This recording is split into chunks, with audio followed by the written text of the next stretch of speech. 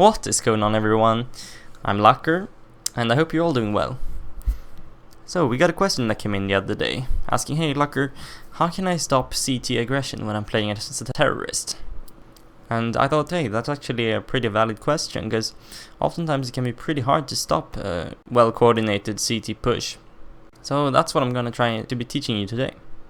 And I'm going to be going over the mentality for teams, as well as individual players, so that you can apply this both in a proper team game and in CSGO matchmaking or pugs. So let's jump right into it. So when playing as a team, the most important thing in order to stop a CT rush successfully is to have a proper default. So let's take Dust 2 as an example here. On the Dust 2 you would normally have two players rush down tunnels in the beginning of the round. One of them who would be assigned to hold the B upper tunnel entrance, and one who would probably go down lower. You could have two players going down lower, but it's also fine to smoke middle and have one guy coming down there. Also an AWPer, if you have one, watching middle, walking down as his team progresses. And finally a last player holding long. That's normally the kind of default setup you would have. Now, the important part here in regards to stopping a CT rush is that everyone has their own responsibility. This guy is responsible for stopping a CT pushing out through long, this guy is responsible for a CT pushing through tunnels, and this guy is responsible for mid, and these guys are going to take short. So responsibility, you have to know who is responsible for what area of the map. Now, which player is responsible for what area, of course, varies a lot, depending on when in the round we're talking. So, for instance, what I just explained to you applies in the beginning of the round, sure.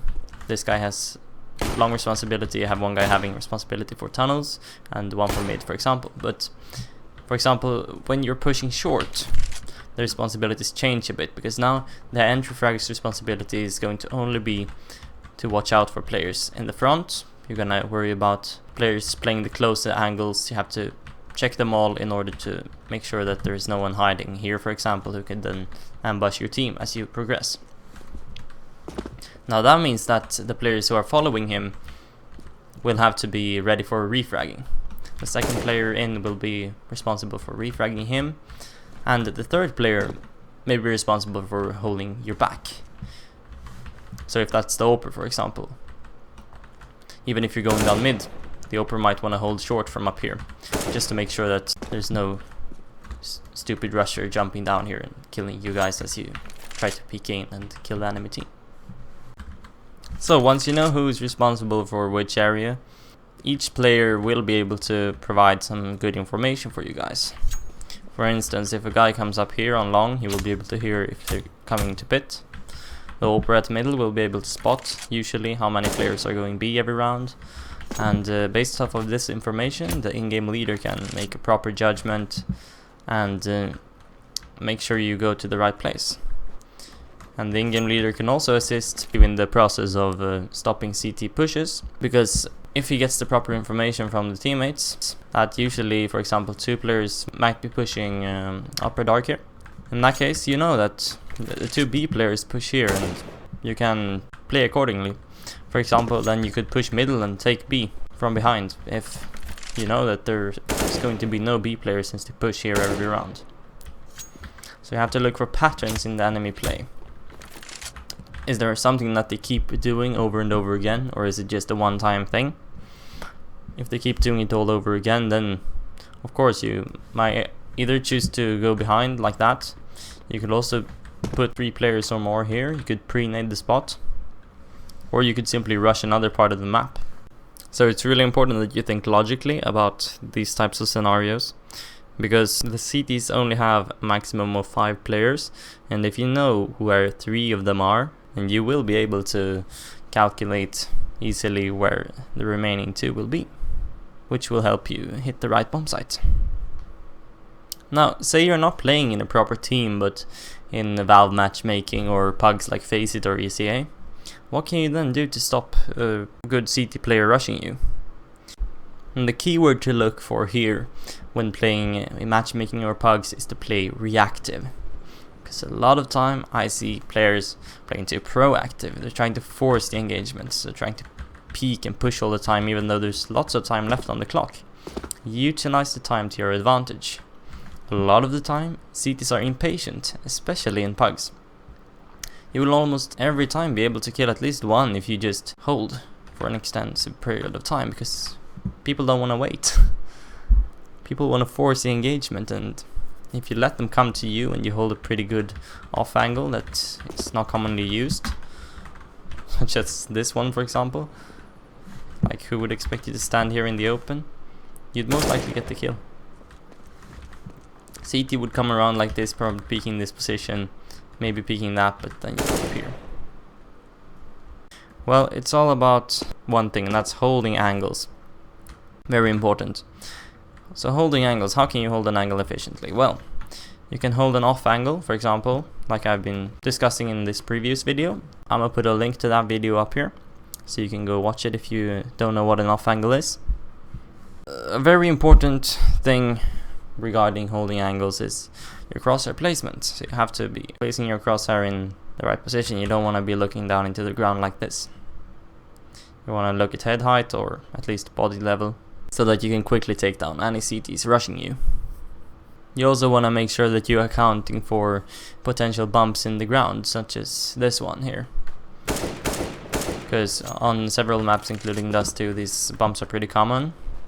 And if you are just holding your crosshair in the head height, or in a position that you think is head height, because the ground is flat, you may be having a pretty off crosshair placement if you're not accounting for these bumps. And the way to practice that is by simply death matching on the map that you're going to play on. That I think is the most effective way of improving your crosshair placement. You can just train snapping angles like this, and really try to get the right placement going. See where you're hitting the enemies. If you're not hitting the headshot, then you're probably holding a bit too low. If you're not hitting at all, or if you peek them and have to drag down all the time, then you're obviously hitting a little bit too high. Now we're going to talk about the concept that is putting yourself in a strategical position where the CT will have a lot of angles to worry about. And this will decrease the risk of him looking at you. And this concept is also used in the 3 to 5 second rule, which I have also discussed in the previous video that you can check out in the link up here, most likely. So you have to simply think like your enemy. If I'm coming in here as a CT, at which point will I have the most angles to worry about? It's not going to be here, right? So that means it's probably not good for you to take an angle like this or this, because as soon as a CT peeks you, he will be able to snap you. Now, that is if you were going to try to CT rush. You might want to take this angle with an AWP or something if you're just waiting for a CT to pass by. But if you want to stop a rush, that's probably not what you want to be doing. Because when a CT comes up here, this is where you will have a lot of angles to worry about. You'll have to check this angle, that angle, an angle around this pillar here, over here, this pillar, over there, behind the box here. Pretty much a 180 angle. Even worse when it comes up here. This is a 180 angle. He has to check there and there. And he can't even get there without exposing himself to you. So, as you can see, if you would have a crossfire here, for example, utilizing this strategy, then there is no way that the CT could kill you. Because even if you walked up here, crouching, and they managed to kill that guy, you'd be able to just swing out and pick him like this very easily.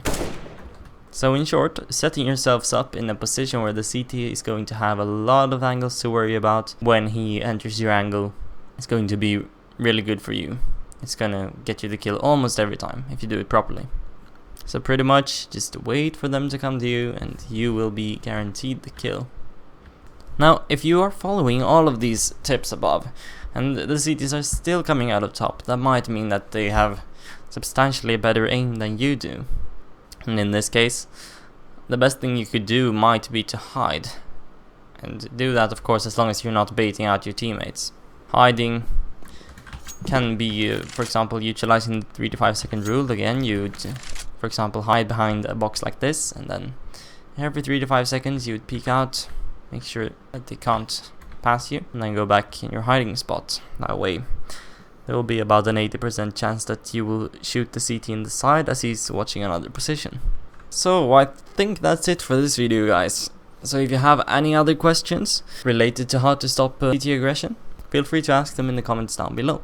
And if you have any other topics that you would like me to cover, CSGO related of course, feel free to ask that as well. Now, please leave a like if you found the video helpful, and subscribe so you won't miss any of our uploads. See you next time!